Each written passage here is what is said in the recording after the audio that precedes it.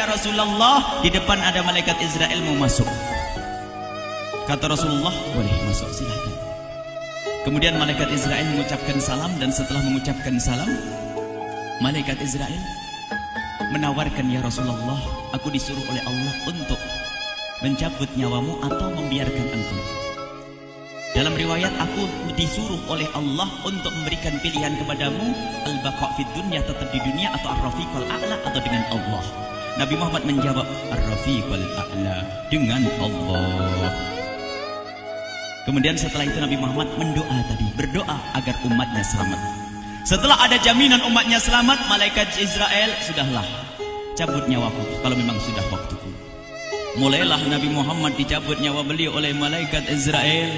Dan di saat Nabi Muhammad mulai dicabut nyawa beliau oleh malaikat Israel, Nabi Muhammad mengatakan, mahadha, apa ini wahai Israel?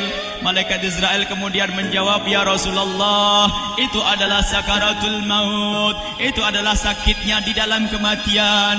Kemudian Nabi Muhammad mengangkat tangannya sambil berucap, la ilaha illallah, inna lil mauti la sakarat. Tidak ada Tuhan selain Allah, sungguh di dalam kematian ada sakitnya, sakit kematian, yaitu sakaratul maut. Kemudian Nabi Muhammad memohon, ya Allah, Allahumma khaffif alayya sakaratul maut, ya Allah, ringankan sakaratul mautku ini, ya Allah. Dijawab oleh malaikat Israel, ya Rasulullah, itu sudah aku ringankan 70 kali. Nabi Muhammad menoleh, apa malaikat Israel? Sudah kau ringankan 70 kali keringanan? Iya ya Rasulullah, sungguh aku tidak pernah mencabut seorang hamba lebih lembut dari cara mencabut nyawamu. Ini sudah aku ringankan 70 kali. Setelah itu justru Nabi Muhammad menangis, Israel, 70 kali rasanya masih sakit. Iya ya Rasulullah, memang itu sakaratul maut. Lalu bagaimana engkau mencabut umatku, wahai Israel? Allah, yang diingat siapa? Umat. Kalau engkau mencabutku dengan ringan seperti ini masih sakit, bagaimana engkau mencabut umatku, ya Israel? Dijawab oleh malaikat Israel, umatmu manusia biasa, ya aku cabut, ya Rasulullah, begitu saja. Ya sudah, begitu. Nabi Muhammad menangis. Tiba-tiba Nabi Muhammad mengangkat tangan dan memohon kepada Allah, Allah, Allah, inna lil mauti la sakarat, la ilaha illallah, inna lil mauti la sakarat, sungguh di dalam kematian ada sakaratul maut. Allahumma khaffif ala ummati sakarat maut, ya Allah, ringankan dari umatku sakaratul maut, wa thaqqil alayya, dan bebankan kepadaku. Sampai tidak sadar doanya Nabi Muhammad seperti itu, thaqqil alayya, itu doa cinta. Seorang ibu yang pernah punya anak tuh, lihat kalau doa Rasulullah ini masih dilakukan. Bagaimana Rasulullah bisa doa begitu? Itu bahasa cinta yang tidak bisa diterjemahkan dengan oleh akal. Seorang ibu kadang-kadang, ibu yang di belakang, ibu mau dikasih sakit oleh Allah? Mau, Bu? Ibu jauh sekali. Ibu mau dikasih sakit? Jawabnya tidak mau. Tapi suatu ketika seorang ibu melihat anaknya sakit, ngomong, sudahlah nak, jangan kamu yang sakit, biar ibu yang sakit. Ada atau tidak? Kenapa ngomong begitu? Itu bahasa cinta itu. Tidak rela kalau anak ini sakit, biar aku saja yang sakit. Itu yang dirasakan Rasulullah. Sakaratul maut begitu sakitnya, membayangkan betapa sakitnya umat Nabi Muhammad di saat dicabut nyawa beliau. Maka Rasulullah mengatakan, ya Allah, ringankan sakaratul maut dari umatku, bebankan kepadaku saja, ya Allah. Wala sawfa yu'tika fatarda. Permintaan Nabi Muhammad tidak ditolak oleh Allah, dikabul dan dikabul, wahai Muhammad. Sallu ala Nabi Muhammad.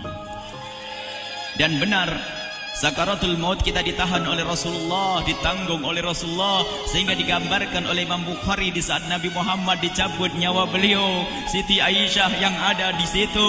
Rasulullah berada di pangkuan Siti Aisyah, yang saat itu Siti Aisyah melihat keringat dingin keluar dari kening Rasulullah. Siti Aisyah tidak pernah melihat keringat keluar seperti itu. Bahkan di saat dipegang kepala Rasulullah, panasnya melebihi dari panasnya orang biasa. Setiap kali ada kain dicelupkan di air, ditempelkan di kening Rasulullah langsung mengering.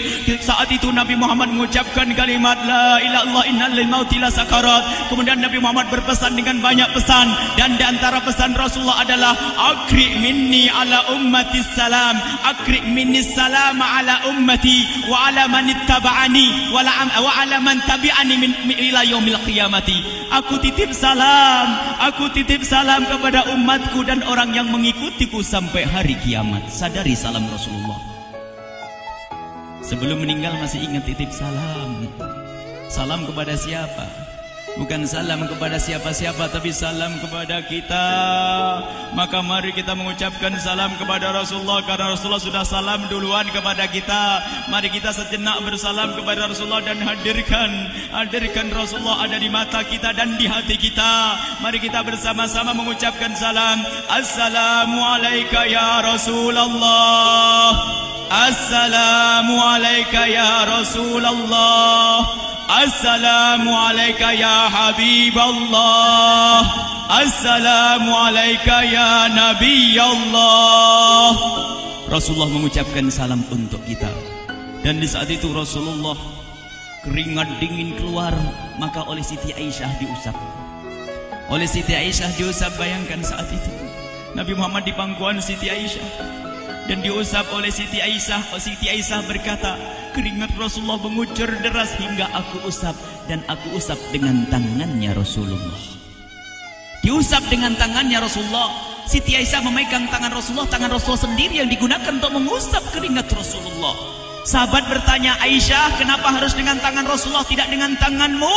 Lihat jawab Siti Aisyah, karena tangan Rasulullah lebih lembut dari tanganku. Sallu ala Nabi Muhammad. Masih sempat nyanjung itu sahabat Nabi. Dalam keadaan begitu masih menyadari kelembutan tangan Rasulullah, jasad Rasulullah, kemuliaan Rasulullah sallallahu alaihi wasallam. Dan aku lebih menginginkan bahwasanya yang menyentuh jidat Nabi Muhammad adalah tangan yang paling mulia di dunia dan di akhirat. Siti Aisyah enggak berani menyentuhkan. Pengennya yang disentuhkan di kening Rasulullah adalah tangannya Rasulullah sallallahu alaihi wasallam. Kemudian setelah itu Nabi Muhammad merasakan sakit yang sangat untuk kita. Kemudian Nabi Muhammad mengangkat tangan tinggi-tinggi mengucapkan la ilaha illallah inna lil mauti lasakarat. Tiba-tiba tangan itu semakin turun dan ditangkap oleh Siti Aisyah. Dan di saat tangan itu jatuh di tangan Siti Aisyah, kemudian tiba-tiba paha Siti Aisyah merasakan berat kepala suci Rasulullah. Dan saat itu Siti Aisyah sadar bahwasanya Rasulullah sudah kembali kepada Allah Subhanahu wa taala. Sallu ala Nabi Muhammad. Siti Aisyah bingung di saat melihat seperti itu. Ditaruh pelan-pelan wajah Rasulullah. Sambil menangis lalu berkata, Rasulullah sudah meninggal. Para sahabat Nabi pada bingung. Sayyidina Ali tiba-tiba terduduk, nggak bisa berdiri. Sayyidina Uthman nggak bisa ngomong. Ada orang Sayyidina Zaid berkata, aku baru melihat Rasulullah. Setelah ini aku tidak mau melihat lagi selain Rasulullah. Ya Allah, butakan mataku. Aku tidak ingin aku kotori mataku dengan selain Rasulullah. Dan dibutakan oleh Allah. Bermacam-macam kejadian saat itu. Madinah heboh, luar biasa dengan meninggalnya Rasulullah sallallahu alaihi wasallam. Dan sungguh meninggalnya Nabi Muhammad adalah menghidupkan hati yang mati kalau orang faham. Tiba-tiba Sayyidina Abu Bakar datang. Setelah Sayyidina Umar mengatakan, siapa yang mengatakan Muhammad meninggal akan aku penggal lehernya. Jangan seperti orang-orang Nabi Muhammad sekarang lagi pergi seperti waktu Musa pergi kepada Tuhannya, kepada Allah, nanti akan kembali kepada kita. Muhammad belum meninggal. Ini adalah karena kecintaan Sayyidina Umar bin Khattab, tidak ingin Nabi Muhammad pergi. Tiba-tiba datang Sayyidina Abu Bakar As-Siddiq lalu masuk ke kamarnya Rasulullah, lalu masuk kepada Rasulullah, kemudian mengecup kening Rasulullah. Dan Sayyidina Abu Bakar berkata, ya Rasulullah, tibta hayyan wa mayyita. Ya Rasulullah, engkau tetap harum dalam keadaan hidup dan harum setelah meninggal dunia. Sallu ala Nabi Muhammad. Hingga sampai setelah hari besoknya meninggal Rasulullah, Senin sore, Selasa malam, Rabu dikubur Rasulullah sallallahu alaihi wasallam. Setelah dikubur, Sayyidat Fatimah bertanya kepada Sayyidina Abdullah ibn Abbas, Sayyidina Anas, wahai Anas, hai Anas, sambil menangis Sayyidat Fatimah Zahra, hai Anas, bagaimana engkau tega? Atabat anfusukum antahtu ra'sa Rasulillah.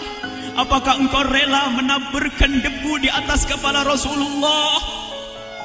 Sayyidina Anas menangis kaget, ya wahai binta Rasulullah, kalau kami tidak dilupakan oleh Allah, niscaya tidak ada yang bisa mengubur Rasulullah. Jadi saat itu dilupakan oleh Allah, sehingga mereka tidak menyadari melakukan itu semua. Kalau mereka sadar, tidak akan bisa mengubur Rasulullah sallallahu alaihi wasallam. Ini yang diungkapkan oleh Sayyidina Anas, kalau seandainya kami tidak dilupakan oleh Allah, niscaya kami tidak akan mampu mengubur Rasulullah sallallahu alaihi wasallam. Kami yang hadir di sini, ya Allah, ingin senantiasa hadir di hati kami kekasih-Mu Nabi Muhammad. Maka kami mohon, ya Allah, jadikan kekasih-Mu Nabi Muhammad yang akan, ya Allah, yang akan mendampingi kami kelak saat Kau cabut nyawa kami, seperti yang Kau wahyukan kepada kekasih-Mu Nabi Muhammad. Wa absyiru bil jannati, semua hamba yang beriman akan menyaksikan surga, ya di saat dicabut nyawa mereka. Dan surga, di tempat surga itu yang paling mulia adalah Nabi Muhammad. Maka kami mohon, ya Allah, saat Kau cabut nyawa kami, ya Allah, hadirkan Nabi Muhammad di hati kami, ya Allah.